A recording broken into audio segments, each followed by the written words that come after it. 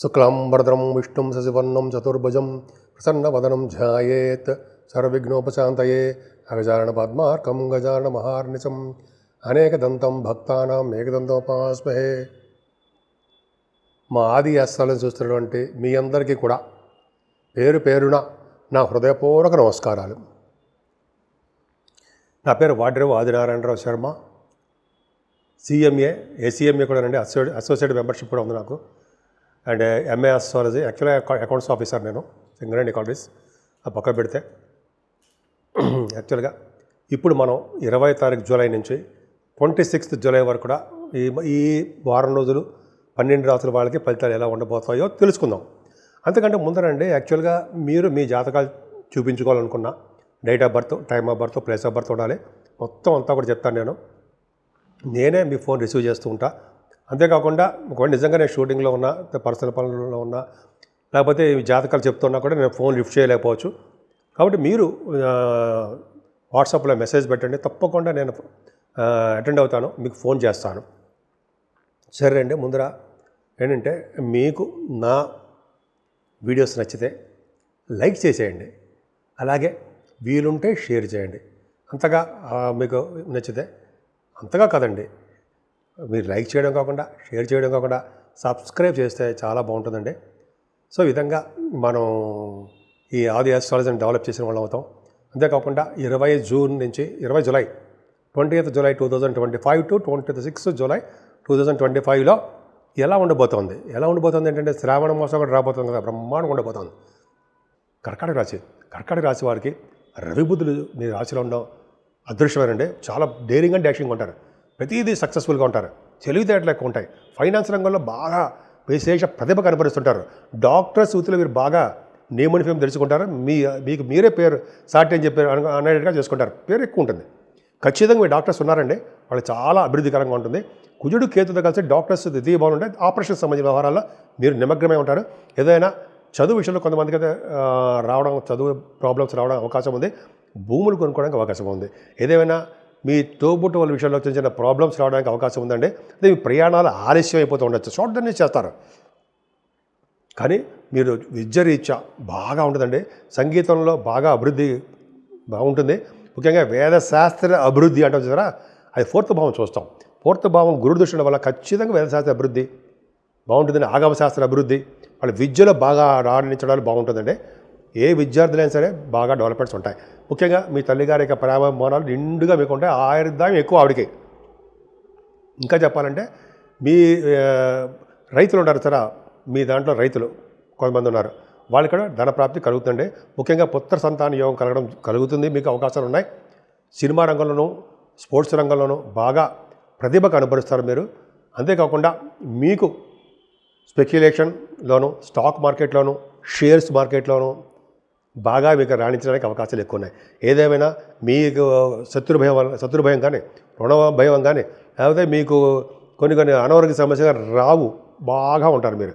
పైగా న్యాయపరమైన సమస్యలు ఏమైనా ఉంటే వాటికి మీరు సక్సెస్ అవ్వడానికి అవకాశం ఉంది. ఏదైనా భార్యాభర్తల విషయంలో అనురాగ దాంపత్య జీవితం బాగుంది.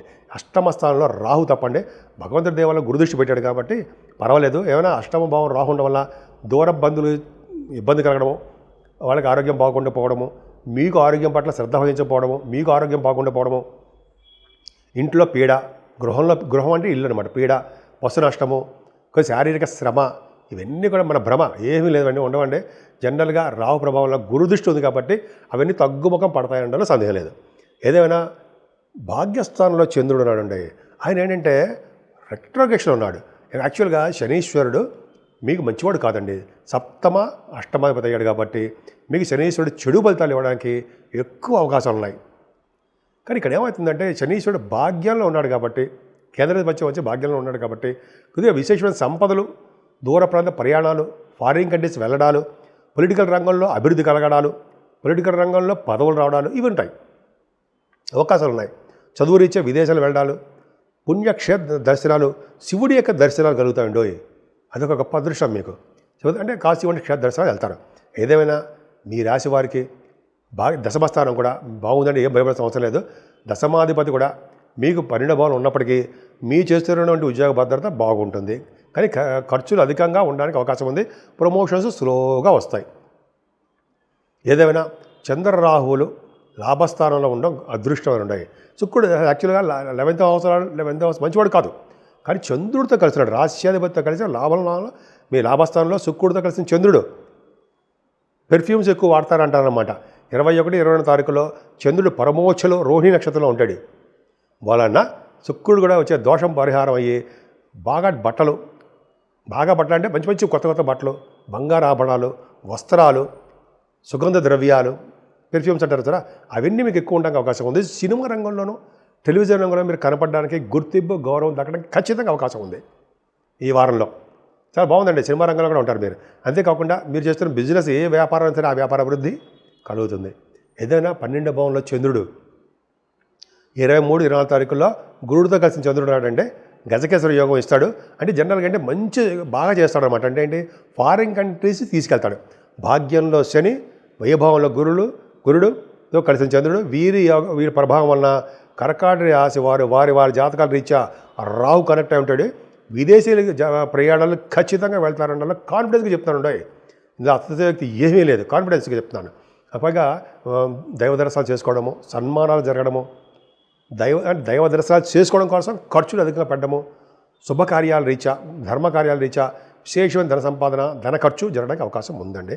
ఏదేమైనా కర్కాటక రాశి వాళ్ళకి రాహుకేతుల మధ్యలో గ్రహాలు ఉండిపోవడం వల్ల అమ్మవారి యొక్క పూజలు, నిత్య సంతోషి మాత అమ్మవారి యొక్క దర్శనాలు, ఆవిడికి పూజలు చేసుకోవడం వలన 23వ తారీఖునే మాస శివరాత్రి వస్తుంది కాబట్టి శివుడికి పూజలు చేసుకోవడం వలన ఈవినింగ్ టైమ్స్లో, అంతేకాకుండా మార్నింగ్ కూడా చేసుకోవచ్చు అనుకోండి, మల్లెపూలతో పూజ చేయడం వల్ల, ఆయనకి మల్లెపూలతో పూజ చేయాలండి, అదొక చేయడం వల్ల అద్భుతం ఫలితాలు ఉంటాయి. పైగా 25వ తారీఖు నుంచి శ్రావణ మాసం వస్తుంది కాబట్టి మరింత శుభ ఫలితాలు ఉంటాయి. 12 రాశుల వాళ్ళకి మేషరాశి నుంచి మీనరాశి వారి వరకు కూడా పరిష్కార మార్గాలు, అలాగే రెమెడీసు, పరిహారాలు అంటారు సరే, ఇవి చెప్పుకుందాం. ఎందుకంటే ఈ మొత్తం 12 రాశుల వాళ్ళకి ఎక్కువగా ప్రభావం ఉండేది అంటే జనాలందరికీ కూడా రాహు ప్రభావము, శనీశ్వర ప్రభావం, ఇంకోటంటే కాళసర్ప దోషం. ఈ 3 ప్రభావాలు చాలా ఎక్కువ అన్ని రాశుల వాళ్ళకి ఆల్మోస్ట్ ఇంచుమించుగా ఎక్కువ అలాగ ఉన్నాయండి. శనీశ్వర దోషం కూడా ఎక్కువ ఉంది. ముఖ్యంగా రాహు గురించి చెప్పుకుందాం. రాహు ప్రభావం వల్ల మరణ మాత్రలు వినడము, లేకపోతే చిన్న చిన్న ప్రాబ్లమ్స్ ఉండడము, అలాగే పీడ, అలాగన్నీ ఉంటాయి. అటువంటివన్నీ దోష పరిహారాల కోసము శుక్రవారం కానీ మంగళవారం కానీ కనకదుర్గ అమ్మవారిని పూజించడం వలన, నిత్య సంతోషి అమ్మవారిని మనసారా పూజించడం వలన దోషాలు చాలా మటుకు పరిహారం అయిపోతాయండి. అంతేకాకుండా కేతువు కూడా మనకి ఉన్నాడు కాబట్టి మనం పౌర్ణమి వెళ్ళిన చవితి పూట స్వామివారిని పూజించడం వల్ల, గరిగితో పూజించడం వల్ల, గణపతి ఆరాధన చేసుకోవడం చాలా పవర్ఫుల్ అండి. గణపతిని మల్లెపూలతో పూజించడం చాలా విశేషమైన సంపదలు, ఐశ్వర్య ప్రాప్తి, అన్ని రంగాల్లోనూ ముందంజలో ఉండడానికి అవకాశాలు ఎక్కువ. కాబట్టి కాలసర్ప దోషం పరిహారం ఉండడానికి అవకాశాలు ఎక్కువ. సెకండ్ పాయింట్, శనీశ్వరుడు వక్రగతిలో ఉండడం వల్ల ఆల్మోస్ట్ చాలా రాశుల వరకు కూడా ప్రబలమైన దోషకారకుడు అయిపోయాడు. అలాగా నవంబర్ వరకు ఉంటాడు ఆయన, ప్రబలమైన దోషాలు ఇస్తుంటాడు అన్ని రంగాల్లో, అన్ని విధాలుగాను. కానీ శనీశ్వరుని శాంతింపజేయాలి అంటే శనీశ్వరుడికి తైలాభిషేకాలు ఖచ్చితంగా చేసుకోవాల్సిందే. ఆంజనేయ స్వామిని వారిని నిత్యం పూజించవలసిందే, సింధూరంతో పూజించవలసిందే. వెంకటేశ్వర స్వామి దగ్గర అఖండ దీపారాధన ధ్వజస్తంభం దగ్గర వెలిగించడం వలన, అలాగే శివాభిషేకాలు చేసుకోవడం వలన 23వ తారీఖుని పైగా మాస శివరాత్రి వస్తుంది ఉన్నాయి. ఆ రోజుని ప్రదోషకాలంలో శివుణ్ణి అభిషేకించి శివుడికి మారేళ్ళ దళాలు, మల్లెపూలతో పూజించడం వలన భార్యాభర్తలు కలిసి ఉంటారు. మల్లెపూలతో పూజిస్తే అలాగే మారేళ్ళ దళాలతోటి, మల్లెపూలతోటి, అలాగే తులసి దళాలతో పూజించడం వలన నిత్యము స్థిరమైన లక్ష్యం మీ ఇంట్లో ఉండడానికి అవకాశాలు ఉన్నాయి. శనీశ్వరుడు దోషం కూడా పోవాలని కూడా చేయాలండి.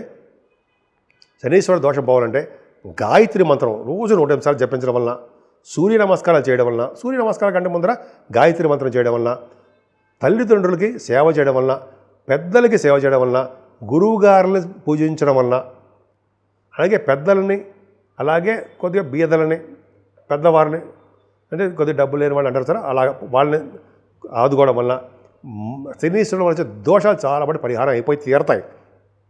కాబట్టి మీరు రాహు వలన, కేతు వలన, శనీశ్వరుడు వలన దోషాలు పరిహారం అవ్వడానికి ఇప్పుడు నేను చెప్పినటువంటి ఏది చేసినా పరిహారం మీకు మంచి జరుగుతుందండి. ఏదో ఒక్కటి చేసుకున్నా. కానీ 25వ తారీఖు నుంచి శ్రావణ మాసం వస్తుంది కాబట్టి మనం శ్రావణ మాసంలో ఉన్న ఉత్తమ ఫలితాలు ఎలా ఉంటాయి, అలాగే మన శ్రావణ మాసంలో పూజించవలసిన విధి విధానాలు ఏంటో అసలు సపరేట్ వీడియో కూడా చేసుకుందామండి.